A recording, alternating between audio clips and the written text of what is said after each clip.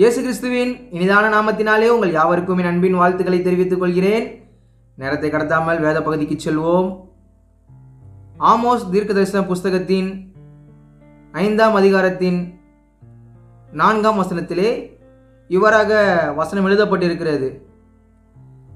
என்னை தேடுங்கள், அப்பொழுது பிழைப்பீர்கள். இன்னும் அழகாக சொன்னபோனால் அதே அதிகாரத்தின் 6ஆம் வசனத்தின் முதல் பகுதியை வாசிக்க பார்ப்போம். கர்த்தரை தேடுங்கள், அப்பொழுது பிழைப்பீர்கள். இந்த வசனம் எதை குறிக்கின்றது? வருடத்தின் முதல் ஓய்வு நாளிலே ஆண்டவராகிய இயேசு கிறிஸ்து நம்மை பார்த்து சொல்கின்ற வார்த்தை, என்னை தேடுங்கள், அப்பொழுது நீங்கள் அனைவரும் பிழைப்பீர்கள். இந்த வேத வசனம் எதை குறிக்கின்றது? என்னை தேடுங்கள் என்றால் என்ன? புதிய ஏற்பாட்டிலே மத்தேயு நற்செய்தி புஸ்தகத்தின் 6ஆம் அதிகாரத்தின் 33வது வசனத்தை எடுத்துக்கொள்வோம். எல்லோருக்கும் தெரிந்த வசனம்தான். முதலாவது தேவனுடைய ராஜ்யத்தையும் அவருடைய நீதியையும் தேடுங்கள், பின்பு இவைகள் எல்லாம் உங்களுக்கு கூட கொடுக்கப்படும். சற்று சிந்தித்து பாருங்கள். நம்முடைய இக்கட்டான சூழ்நிலையில, கடினமான காலகட்டத்திலே நாம் யாரை தேடிக்கொண்டு இருக்கின்றோம்? 100க்கு 99% நாம் முதலாவது உலக மனிதர்களை தான் தேடுவோம், அவர்களுடைய உதவி தான் நாடுவோம். ஆனால் இந்த வருடத்தின் முதல் ஓய்வு நாளிலே ஆண்டவரிடம் ஒரு உடன்படிக்கையை பண்ணுங்கள். ஆண்டவரே, எங்களுடைய எல்லா காலத்திலும், நன்மையான காலத்திலும் சரி, கடினமான சூழ்நிலையிலும் சரி, உங்களை தான் முதலாவது தேடுவோம் என்று ஒரு உடன்படிக்கை பண்ணிக்கொள்ளுங்கள். அடுத்த காரியத்தை பார்ப்போம். மத்தேயு நற்செய்தி புஸ்தகத்தின் 4ஆம் அதிகாரத்தின் 4ஆம் வசனத்தை பார்ப்போம்.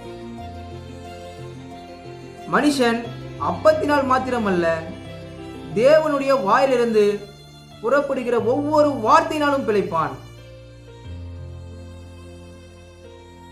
தேவனுடைய வார்த்தையை நாம் தினமும் புசிக்க வேண்டும்.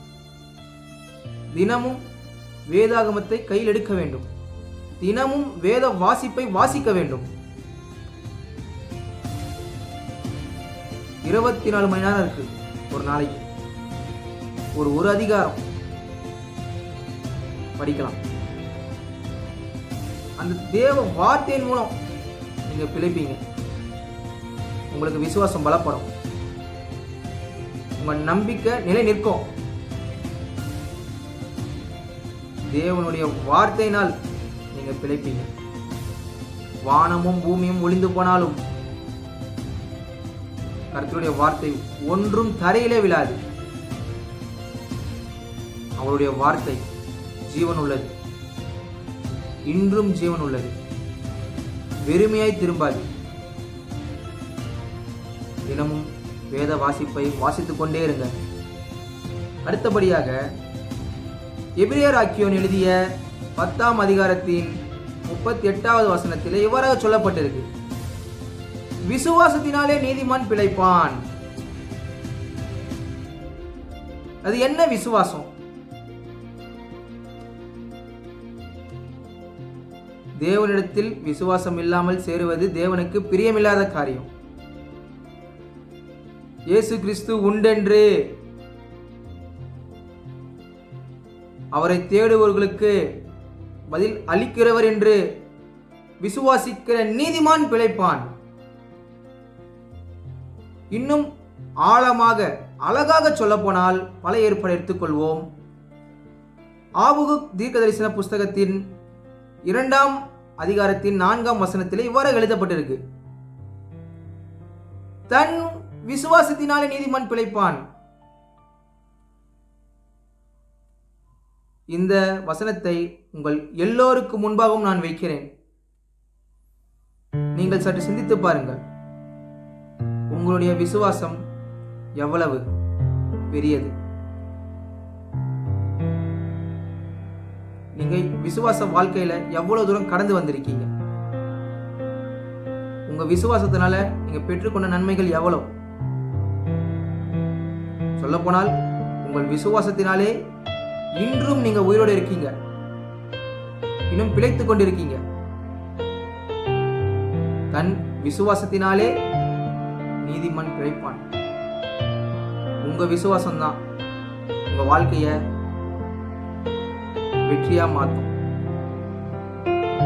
சமுதாயத்திலும் சரி, பரலோகத்துக்கு முன்பாக சரி, சாட்சி உள்ள ஆத்மாவா, சாட்சி உள்ள குடும்பமா, சாட்சி உள்ள மனுஷனா, உங்க விசுவாசம் தான் மாற்றும். அதனால வருடத்தின் முதல் ஓய்வு நாள கொண்டிருக்கோம். இன்னிலிருந்து உடன்படிக்கை ஆண்டவரே, முதலாவது நான் உங்களை தான் தேடுவேன். அப்பொழுது நான் பிழைப்பேன் விசுவாசிக்கிறேன்.